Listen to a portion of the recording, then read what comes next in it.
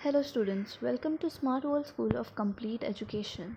आज पढ़ते हैं work of saints second chapter. संतों ने क्या क्या काम किया था।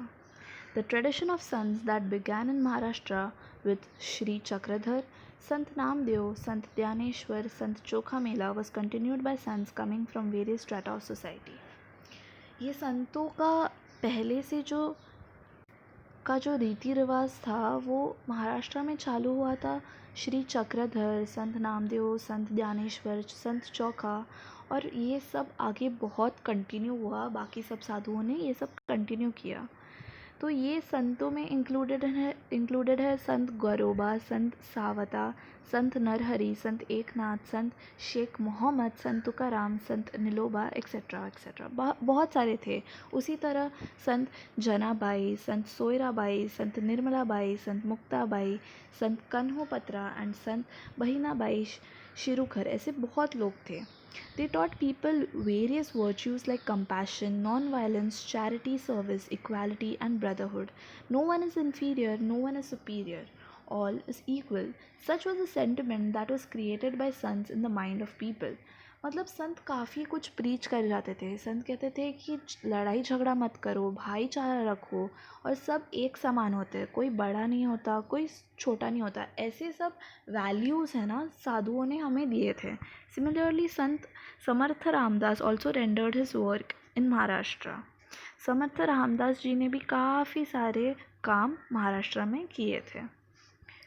Shri Chakradhar Swami. Sri Chakradhar Swami was originally a prince from Gujarat. He became an ascetic and came over to Maharashtra. तो संत श्री चक्रधर स्वामी एक क्या बोलते हैं, राजा थे गुजरात में, और उन्होंने महाराष्ट्र में आए थे। सब त्याग के वो महाराष्ट्र आए थे। He moved all over Maharashtra preaching equality. He did not believe in any discrimination based on gender and caste. वो पूरे महाराष्ट्र में सब लोगों को ये सिखाते थे कि सब एक समान है, कोई बड़ा नहीं होता, कोई छोटा नहीं होता, और वो कोई भेदभाव नहीं करते थे कि कोई मुस्लिम है, कोई हिंदू है। वो सबको एक समान मानते थे। उनके काफ़ी सारे भक्त थे, जो आदमी भी थे, औरत भी थे, और इसी चीज़ को महानुभाव कहते हैं। Memorable incidents from his life have been compiled in a book titled लीला चरित्र।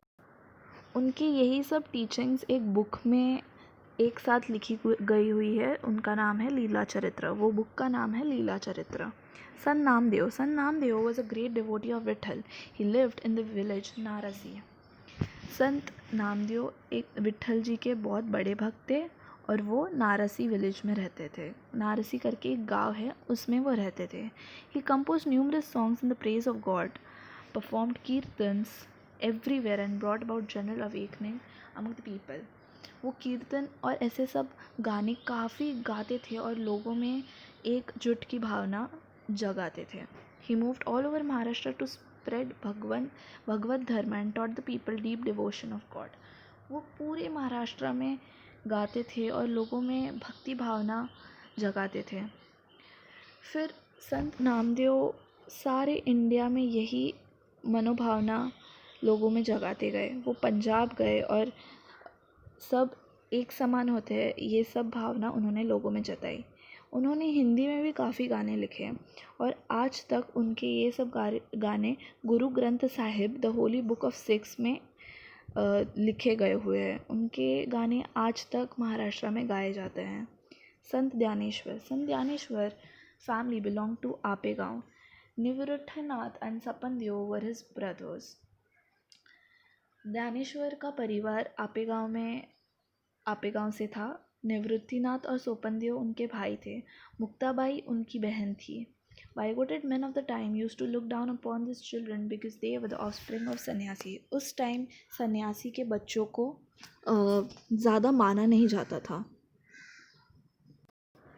Their father took संन्यास and retired from the worldly life। उनके पिताजी ने संन्यास ले लिया था और एज अ सन्यासी वो घर छोड़ के चले गए थे, पर उनके गुरु के ऑर्डर्स के अनुसार वापस आए।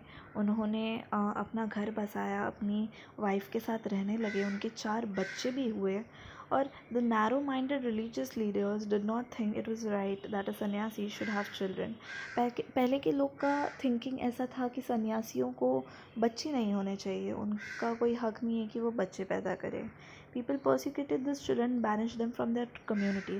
ऐसे बच्चों को वो लोग ध्यान नहीं देते थे और अपने कम्युनिटी से, अपने परिवार से दूर रखते थे. Once son Dhyaneshwar went around the town begging for alms, but no one would give him any alms. एक दिन सन ध्यानेश्वर पूरे टाउन में, शहर में भीख मांगने निकले, पर उन्होंने किसी ने भिक्षा उनको दी नहीं. He are listen to abusing language instead. भिक्षा नहीं देने के बावजूद लोग उन्हें गालियाँ देते थे. Young Dhaneshwar was deeply pained by this incident. He entered his hut and locked the door from inside to grieve over his lot. Muktabai came and knocked the door. She said, "Open the door, Dhaneshwar.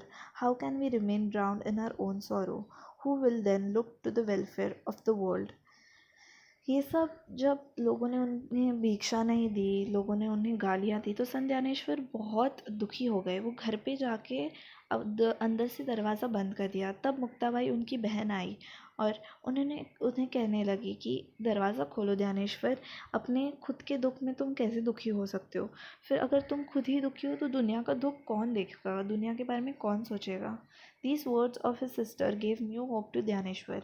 अपनी बहन का ये सब बातें सुन के वो अपना खुद का दुख भूल के दूसरों के बारे में सोचने लगे. वो सबको प्रीच करते थे, सबको कहते थे कि भगवान ने हम सबको एक जैसा बनाया है, हम सबको एक समान बनाया है, सबको अलग नज़रिए से नहीं देखना चाहिए, सबको एक समान मानना चाहिए. और संत ज्ञानेश्वर की बातें हर जगह महाराष्ट्र में मानी जाती है. In those days, all religious teaching was confined to Sanskrit book. The language of ordinary people in everyday use was Marathi. Dhaneshwar wrote his outstanding book Dhyaneshwari in Marathi. उस समय सिर्फ संस्कृत का उपयोग होता था ऐसी किताबों में, पर लोग तभी उस ज़माने में मराठी काफ़ी बोलते थे. यही देखकर संत ज्ञानेश्वर ने एक किताब लिखी ज्ञानेश्वरी, और वो भी लिखी मराठी में. He thus opened wide for the people the doors of knowledge, where he preached the ideal of brotherhood among all men. At a very early age, at Alandi near Pune, Dhyaneshwar took samadhi, that is, put himself in a trance from which he never came out. ये मराठी में book लिखते ही उन्होंने एक बहुत अच्छी चीज़ की, क्योंकि फिर लोग काफ़ी उस मराठी को पढ़ के उनमें काफ़ी ज्ञान आ सकता था और भाईचारे का भावना उन्होंने सब में जगाया. फिर बहुत छोटी उम्र में आलंदी में, जो पुणे के पास है, ज्ञानेश्वर ने समाधि ले ली, जिससे वो कभी बाहर नहीं आए. Even today on the 11th day of Ashadh and Kartik, lakhs of pilgrims go to Alandi Pandhari with devotion. आज तक आषाढ़ कार्तिक के 11वें दिन पे लाखों भक्त आलंदी पंढरी जाते हैं उनके डिवोशन में. संत Eknath carried on the work started by Sant Namdev and Sant Dhyaneshwar. He lived in Paithan. He preached that way to reach God was through the devotion Bhakti Marg. संत एकनाथ ने सब वही काम आगे बढ़ाया जो संत नामदेव और संत ज्ञानेश्वर ने किया था. वो पैठान में रहते थे और उनका एक ही मानना था कि भगवान तक पहुंचने के लिए भक्ति बहुत ज़रूरी है, तो उसे कहा गया है भक्ति मार्ग. उन्होंने काफ़ी गाने लिखे, अभंग्स लिखे, ओवीज लिखे, भरूड्स लिखे, और उनका एक ही एडवाइस था कि कोई ऐसा मत मानो कि कोई बड़ा है या छोटा है, सब एक जैसे है. वो गरीबों के साथ दोस्ती का हाथ बढ़ाया, और उनका प्यार सिर्फ लोगों तक नहीं था, जानवरों में भी था. He exhorted the people to love all living beings and practice what he preached. उन्होंने कहा कि सारे जीव जंतु को प्यार मिलना चाहिए, ऐसे नहीं कि सिर्फ इंसानों को प्यार मिले. जो जानवर बोल नहीं सकते, कुछ कह नहीं सकते, उन्हें भी प्यार मिलना चाहिए. One day he was going to the river Godavari for a bath. It was noon and very hot. The sand bed along the river side was very hot too. He heard the crying of a poor child sitting on hot sand. Eknath looked around and saw the child. He rushed to him and looked around for child's parents. He picked up the child in his arm, wiped his tears, and reached him home. एक दिन वो गोदावरी स्नान करने गए. बहुत दोपहर थी और बहुत ज़्यादा गर्मी थी, और वहाँ पे रेत काफ़ी गर्म हो चुका था। उन्होंने एक छोटे बच्चे को, जो करीब बच्चा दिख रहा था, उन्हें रोते हुए सुना। उन्होंने उस बच्चे को देखा और आजू बाजू देखा कि उसके माता पिता है कि नहीं। उसके माता पिता नहीं मिले और उन्होंने खुद अपने हाथों में, अपने गोदी में उस बच्चे को उठा लिया और उसे घर पे लेके चले गए। उसके घर तक पहुंचाया उन्होंने। In this way, by his personal example, Eknath impressed the message of love and equality on the mind of the people. इसी एग्जाम्पल से हमें पता चलता है कि संत एकनाथ में कितनी प्रेम भावना की इच्छा थी। संत Tukaram, two great saints, Tukaram and Ramdas, lived in Shivaji's time. Tukaram came from Dehu near Pune. He owned a farm and also a grocery shop. दो संत तुकाराम और रामदास शिवाजी के टाइम के हैं। तुकाराम देहू से आए थे, जो पुणे के पास है, और उनके पास एक खेती थी और एक ग्रोसरी शॉप, राशन का दुकान था। His forefathers used to lend money to the needy people. Tukaram के पिताजी गरीबों को पैसा देते थे। अगर उन गरीबों को पैसों की ज़रूरत होती थी तो तुकाराम के पापा उन्हें पैसा देते थे। Tukaram drowned in the river Indrayani all the record of loan papers he had, thus giving relief to many. तो काफ़ी गरीबों ने उनके पिताजी से पैसा लिया था और ये सब का कागजात उन्होंने रिवर इंद्रायणी, मतलब इंद्रायणी नदी में बहा दिया। तो अब सारे गरीब बहुत फ्री हो गए कि उनको अब पैसे देने नहीं पड़ेंगे, और काफ़ी लोगों को इस चीज़ से मदद मिली। He would go to the neighboring hill and sing songs in the praise of God Vitthal. वो विट्ठल के गाने आजू बाजू के पहाड़ी पे जाके गाते थे।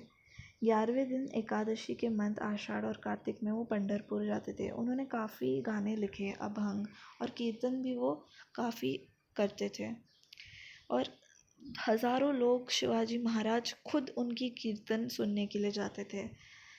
संत तुकाराम लोगों तक यह भावना पहुंचाते थे कि हमें लोगों को माफ़ करना चाहिए और अपना मन शांति में रखना चाहिए और एक दूसरे को प्रेम भावना और सबको एक समान मानना चाहिए। He alone is a saint and God dwells with him who calls the weak and the downtrodden as his own. He impressed the truth on the minds of people. He made them think. People accepted him as a great religious leader and showered them praise on him. वो लोगों तक काफ़ी कुछ पहुंचाते थे और वो काफ़ी रिलीजियस थे और लोग उनकी काफ़ी प्रशंसा करते थे। आज तक महाराष्ट्र में हम लोगों को बोलते हुए सुन सकते हैं Dnyanba Tukaram, the names of two great saints. Sant Dnyaneshwar is called Dnyanba also. Sant Dnyaneshwar को भी ज्ञानबा कहते थे। आज भी तुकाराम गथा, आज भी काफ़ी घरों में तुकाराम कथा पढ़ी जाती है। Samarth Ramdas. At the same time, the hills and valleys of Maharashtra were filled with the echoes of Jai Jai Raghuveer Samartha, an invocation constantly on the lips of great Saint Ramdas. आज तक हम महाराष्ट्र में सुन सकते हैं जब लोग कहते हैं जय जय रघुवीर समर्थ। रामदास जी जंब के किनारे पैदा हुए थे, गोदावरी के किनारे में, मराठवाड़ा में। उनका जन्मदिन रामनवमी पे है, जब रामा का जन्म हुआ था। Narayan was his real name, but he preferred to call himself Ramdas, the servant of Rama. उनका असली नाम था नारायण, बट वो खुद चाहते थे कि लोग उन्हें रामदास कहे। रामदास मतलब राम के सेवक। Through his great book दसबोध he taught men the ways of good life. उनकी किताब दसबोध थी और उन्होंने उसी किताब के थ्रू लोगों को समझाया कि अच्छी ज़िंदगी कैसे जी जा सकती है। थ्रू हिज मनाशी श्लोक he gave people lessons in good thoughts and good conduct. मनाची श्लोक मतलब दिल के श्लोक, जिससे वो लोगों को काफ़ी अच्छे थॉट्स देते थे, लोगों को समझाते थे कि अपने आप में भरोसा रखना चाहिए। He raised the temples of Hanuman, the god of strength. उन्होंने हनुमान के लिए टेम्पल खड़ा किया जिनको ऑल्सो कहा जाता है God of strength. He exhorted people to be strong and told them the power that resides in united people. उन्होंने लोगों को ये बताया कि अगर सब एकजुट मिलकर रहे तो उस चीज़ में काफ़ी पावर है, उस चीज़ में काफ़ी अच्छी बात है। उन्होंने उन्हें सिखाया कि इनजस्टिस के खिलाफ, मतलब भेदभाव के खिलाफ हमेशा लड़ना चाहिए। The work of the saints brought about a great awakening among the people. Religion once again became a thing to be respected, and a spirit of self-reliance was born. People regained their lost confidence. This great awakening among the people, brought about by the saints, helped Shivaji in his fight for Swaraj. यही सब काम जो संतों ने किया था, उसकी वजह से आज वापस एक बार का रिलीजन का नाम बढ़ गया था और इस पर लोग सेल्फ इंडिपेंडेंट रह सकते थे, खुद पे आत्मनिर्भर रह सकते थे। और यही सब के कारण शिवाजी को काफ़ी हिम्मत मिली स्वराज के लिए लड़ने के लिए। Thank you.